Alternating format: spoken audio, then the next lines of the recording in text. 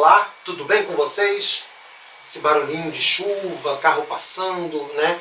Mas, independente de tudo isso, a nossa conversa de hoje será sobre o declínio, né, do mundo socialista, ou da queda da União Soviética, né? Embora falar que é socialista é só mesmo uma questão de rótulo. Mas, de qualquer maneira, muitas das coisas que nós vamos discutir, já discutimos em vídeos anteriores, então não é mais uma novidade, né, em relação a isso.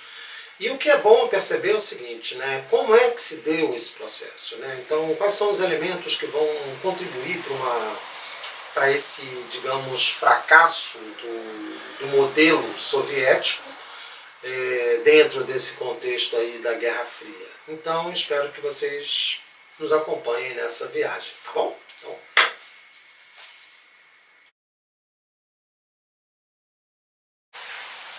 Então, gente, quando a gente fala dessa decadência, aí nós vamos acompanhar aí alguns acontecimentos importantes, né? Lógico que vamos localizar, digamos, essas fissuras dentro do mundo socialista, né? Do bloco soviético. Eu prefiro falar bloco soviético do que propriamente mundo socialista, né? Do bloco soviético desde o final dos anos 60. Né? Então, nós temos dois episódios marcantes nesse contexto, que foi justamente a invasão da Tchecoslováquia por tropas do Pacto de Varsóvia, né, no ano de 1968, e um ano depois, 1969, houve a guerra entre União Soviética e China, ou comumente chamada, né, de Guerra Sino-Soviética, né, que vai durar aí entre março e setembro de 69. Houve um enfrentamento mesmo, né, entre as forças desses dois países, e isso resultou exatamente das divergências existentes entre o modelo maoísta, né, ou seja, de Mao Tse-tung, e o modelo soviético stalinista, né, revivido aí pelo Leonid Brezhnev. Mas vamos pensar primeiro aí o acontecimento em relação à Tchecoslováquia, que vem antes, né, 1968. A Tchecoslováquia fazia parte do bloco do Pacto de Varsóvia, era um dos países mais avançados dentro do bloco soviético, se comparado às outras economias. Talvez a Tchecoslováquia só ficasse atrás da própria União Soviética e da Alemanha Oriental, em termos de desenvolvimento econômico. Os demais integrantes do bloco tinham suas economias ali naquele processo de transição entre agricultura e industrialização, mas ainda muito mais agrícola, e enfrentavam, consequentemente, dificuldades imensas, né, diante de um cenário caracterizado aí pela corrida armamentista entre os blocos, entre as superpotências e os blocos que essas superpotências lideravam, né? Então, a Tchecoslováquia tinha uma posição de destaque. Mas acontece que, apesar de todas as tentativas de tornar o bloco soviético homogêneo, homogêneo mesmo, né, não hegemônico, mas homogêneo, e aí sob a batuta, né, de Moscou, a Tchecoslováquia decidiu, assim, não abandonaria, né, o que se chama socialismo, mas implementaria reformas democráticas, né? E o comando soviético interpretou essa ousadia do Alexander Dubček como uma afronta, né, aos princípios desse, entre aspas, socialismo soviético, ou desse comunismo soviético. E aí, temendo, né,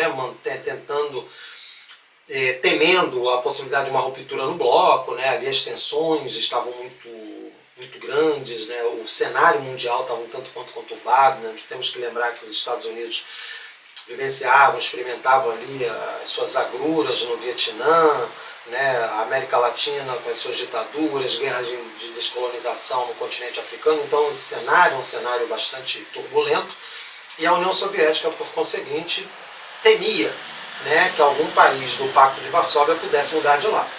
Então, nesse caso, todas as ações que pudessem, né, de alguma forma, serem interpretadas como desafio a esse poder soviético eram automaticamente sufocadas. E no caso da Tchecoslováquia não foi diferente. E isso, apesar da União Soviética ter tido sucesso militar na invasão à Tchecoslováquia, significou também que ela teve uma derrota política muito grande. Por quê? Porque muitos intelectuais que adotaram o marxismo como uma forma de explicação da realidade, né, se fossem eles filósofos, historiadores, sociólogos, economistas, o que for, né, em termos de pensamento marxista, eles vão recusar, né, vão renegar suas ligações, né, suas conexões com esse comunismo soviético. Então eles abandonam, vão criar uma coisa chamada eurocomunismo e vão ter uma postura crítica em relação à União Soviética. Ou seja, nesse contexto a União Soviética também fica isolada intelectualmente, né?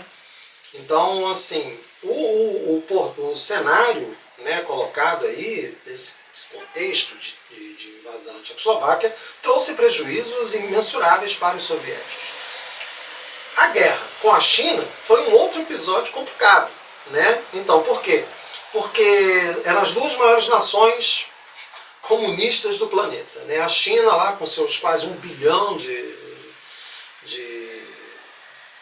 habitantes, a União Soviética com tantos milhões também, né? Dois países com grande extensão territorial e que exerceram uma forte influência nos movimentos comunistas ao redor do mundo. E a partir do momento em que as duas maiores potências comunistas entram em conflito uma com a outra, então significa que alguma coisa está muito errada nesse cenário, né? A guerra ela termina, digamos, teoricamente quase no empate, né, com uma ligeira vantagem para os soviéticos, em virtude da qualidade do material bélico, né, das experiências militares anteriores. Então, tem essa derrota, mas também significa uma nova derrota política. Por quê? Porque a China se afasta do bloco soviético e começa a trilhar um caminho próprio, né?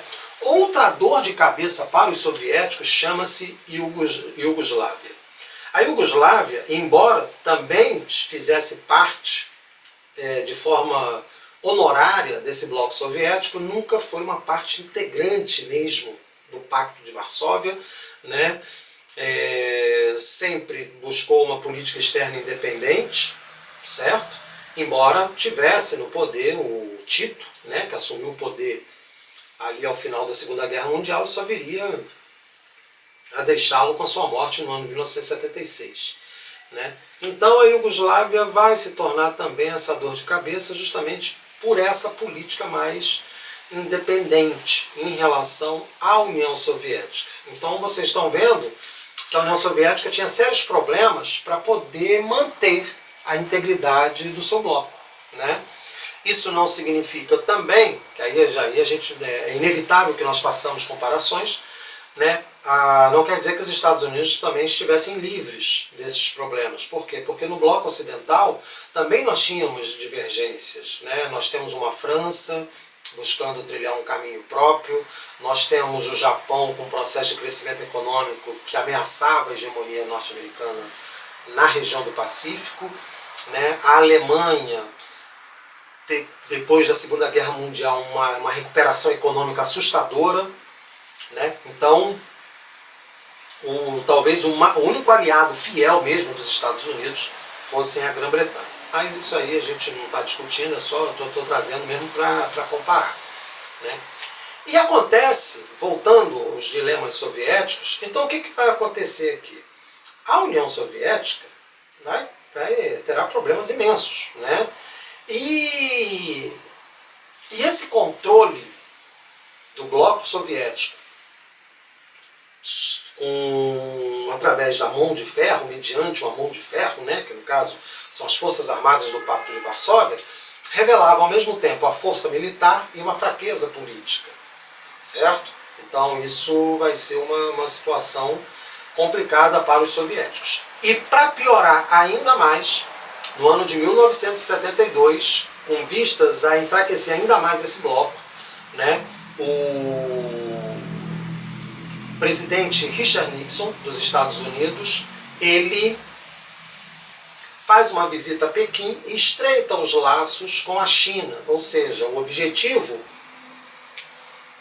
é justamente isolar a União Soviética nesse contexto internacional. Mas o interessante também é que os Estados Unidos vão buscar apoio junto à União Soviética, nela mesmo enfrentando todos os problemas internos, para, digamos, conduzir a política externa com o objetivo de evitar novos conflitos, tá bom? Aí a gente, no próximo bloco, nós continuaremos com os problemas soviéticos recentes até o desfecho dessa história, né, que não é a queda do Muro de Berlim em 89, mas é o fim da União Soviética em 1991, e lógico, né, todos os problemas decorrentes, né, situações decorrentes da fragmentação desse Império Soviético, ok? Então, me aguardem.